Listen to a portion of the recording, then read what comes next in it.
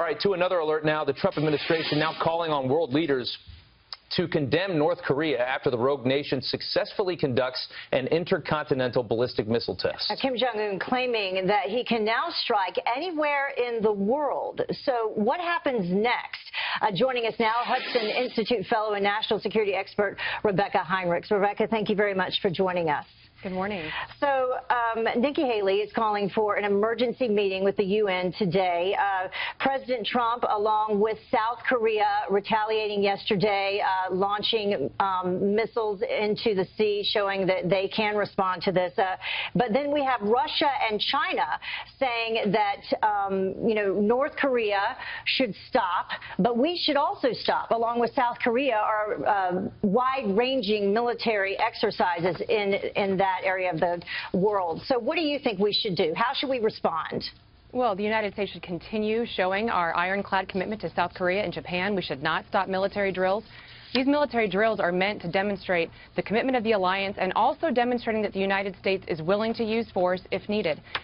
So these have to be these military exercises have to be believable, though. If the North Koreans don't believe or the Chinese don't believe that the United States would actually respond militarily, then they are for nothing in that regard. So what the United States needs to do in going into these conversations with the Chinese and the Russians in the days ahead is to say that the United States will not stop these drills. The United States is actually going to only increase pressure, and we need the Chinese to help with us in this regard. Oh, Rebeccah, I feel like this is the same reason why you don't negotiate ransoms and other things like that. North Korea pulls these moves trying to get something from people, trying to get meetings or trying to get help, trying to get aid, trying to get money, whatever it is they need, oil. And in the past, administrations have bent to this, and it's never going to stop. This behavior, there's always going to be, what do I need next? Okay, now I'm going to do it again. Is this why the administration needs to just say, you know what, no more of this BS.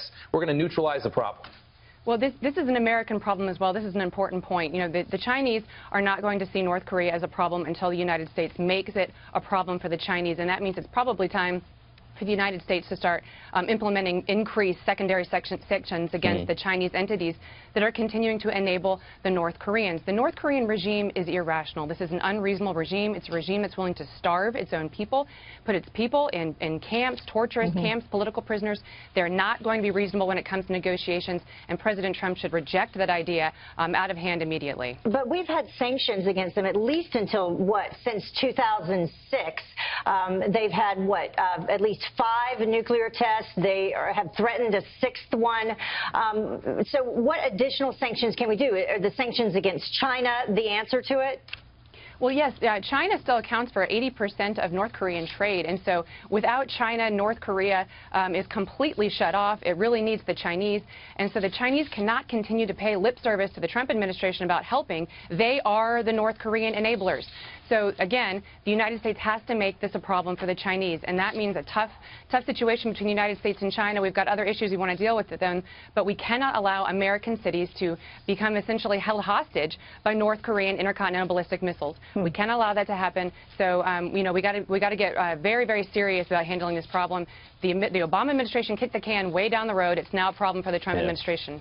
Well, North Korea has nothing without China, so I'm sure that I doubt China would go to a world war over North Korea and go into any kind of conflict whatsoever. So hopefully they will see the light and come to the table and say, you know what, enough of you. Yeah, it did seem like Tillerson's comment yesterday was directed towards China, so we'll see what happens. All right, Rebeccah, thanks so much.